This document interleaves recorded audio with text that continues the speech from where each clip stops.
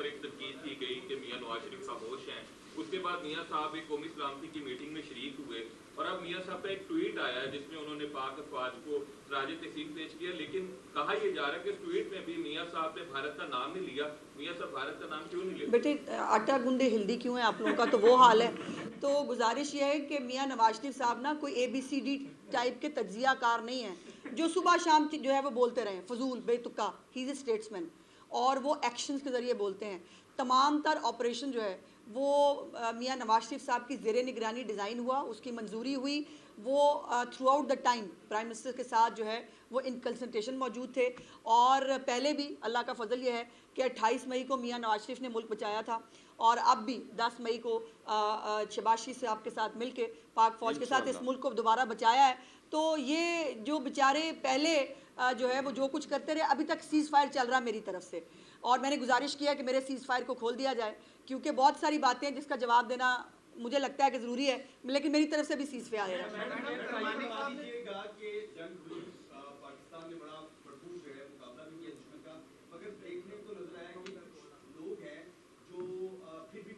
मैंने बताया ना मेरा सीज़ फायर है, वो खुल लेने दें फिर बताऊंगी आपको। ये बताइएगा कि ये हमने देखा 3-4 दिन पहले कि इंडिया ने भी पंजाब को टारगेट किया, पंजाब के मुख्तलिफ शहरों में ड्रोन आए, तो अब कोई पाक आर्मी के साथ मिलकर महकमे दाखिला पंजाब को हुकूमत अमली बना रहा है, या पंजाब को आप क्या समझते हैं क्यों टारगेट किया गया इतने बड़े पैमाने पर?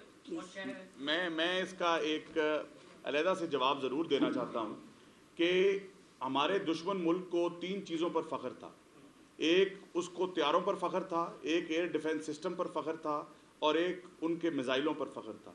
पाक फ़ौज ने जिस तरीके से जुर्रत का मुजाहरा किया और बुर्दबारी का मुजाहरा करके उन तीनों चीज़ों को ढेर किया और ये साबित किया ना सिर्फ उनको बल्कि पूरी दुनिया को कि जो भी हमारे मुल्क में आकर बदमाशी करना चाहेगा उसको मुंह तोड़ जवाब मिलेगा, चाहे वो सिंध में, चाहे वो बलूचिस्तान में, चाहे वो पंजाब में, चाहे वो AJK में, चाहे वो गिलगित बल्तिस्तान में। बहुत इसमें पंजाब के हवाले से हमारी तैयारी चल रही है। पहले भी आपको पता है कि सिर्फ 48 आवर्स के अंदर चीफ मिनिस्टर साहब के हुक्म पर 50,000 से ज़्यादा लोगों को सिविल डिफेंस की तरबियत दी गई और अभी भी जो है वो इस हवाले से महकमा दाखिला अपनी पूरी तैयारी कर रहा है। सो जैसे मैंने कहा कि हम विजिलेंट हैं, हमारा दुश्मन बहुत कमज़ोर भी है और बुज़दिल भी है। सो हम हर वक्त जो है उसके लिए तैयार होते हैं। सो तैयारियां हमारी, उन्होंने एक ट्रेलर देखा है, फिल्म अभी बाकी है। डिजिटल वॉरियर के हवाले से क्या कहेंगे? बड़ी तारीफ हो रही है डिजिटल वॉरियर के हवाले से, ISP अभी कह रहे थे। ज़ाहिर है, देखिए डिजिटल जो है ना चीज़ें रिकॉर्ड भी होती हैं। जिसने 3 दिन पहले क्या बोला था और आज क्या बोल रहा है वो भी रिकॉर्ड है। जिसने 3 दिन पहले जंग के दौरान क्या लिखा था, आज वो क्रेडिट लेके आग जो है उसको ताप रहे हैं, वो भी सबको पता है। तो तुम ही बतलाओ कि हम बतलाएं क्या। उस पर एक तनकीद की गई कि मियां नवाज शरीफ खामोश हैं। उसके बाद मियां साहब एक कौमी सलामती की मीटिंग में शरीक हुए और अब मियां साहब का एक ट्वीट आया है जिसमें उन्होंने पाक अफवाज को राज तहसीन पेश किया, लेकिन कहा यह जा रहा है कि इस ट्वीट में भी मियां साहब ने भारत का नाम नहीं लिया। मियां साहब भारत का नाम क्यों नहीं लिया? बेटे आटा गूंदे हिल्दी क्यों है आप लोगों का, तो वो हाल है। तो गुजारिश ये है कि मियां नवाज शरीफ साहब ना कोई ABCD टाइप के तज्जिया कार नहीं है जो सुबह शाम जो है वो बोलते रहें फजूल बेतुका। ही इज़ ए स्टेट्समैन और वो एक्शंस के ज़रिए बोलते हैं।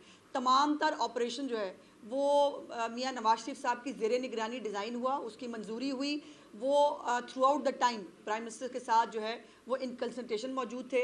और पहले भी अल्लाह का फजल ये है कि 28 मई को मियां नवाज शरीफ ने मुल्क बचाया था और अब भी 10 मई को शहबाज शरीफ साहब के साथ मिल के पाक फ़ौज के साथ इस मुल्क को दोबारा बचाया है।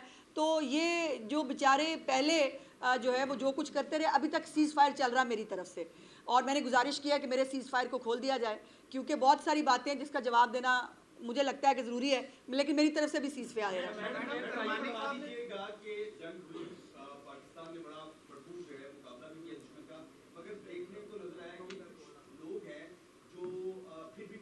मैंने बताया ना मेरा सीज़ फायर है, वो खुल लेने दें फिर बताऊंगी आपको। ये बताइएगा कि ये हमने देखा 3-4 दिन पहले कि इंडिया ने भी पंजाब को टारगेट किया, पंजाब के मुख्तलिफ शहरों में ड्रोन आए, तो अब कोई पाक आर्मी के साथ मिलकर महकमे दाखिला पंजाब को हुकूमत अमली बना रहा है, या पंजाब को आप क्या समझते हैं क्यों टारगेट किया गया इतने बड़े पैमाने पर? और शहर मैं इसका एक अलहदा से जवाब ज़रूर देना चाहता हूँ कि हमारे दुश्मन मुल्क को 3 चीज़ों पर फ़ख्र था। ایک اس کو طیاروں پر فخر تھا، ایک ایئر ڈیفنس سسٹم پر فخر تھا، اور ایک ان کے میزائلوں پر فخر تھا۔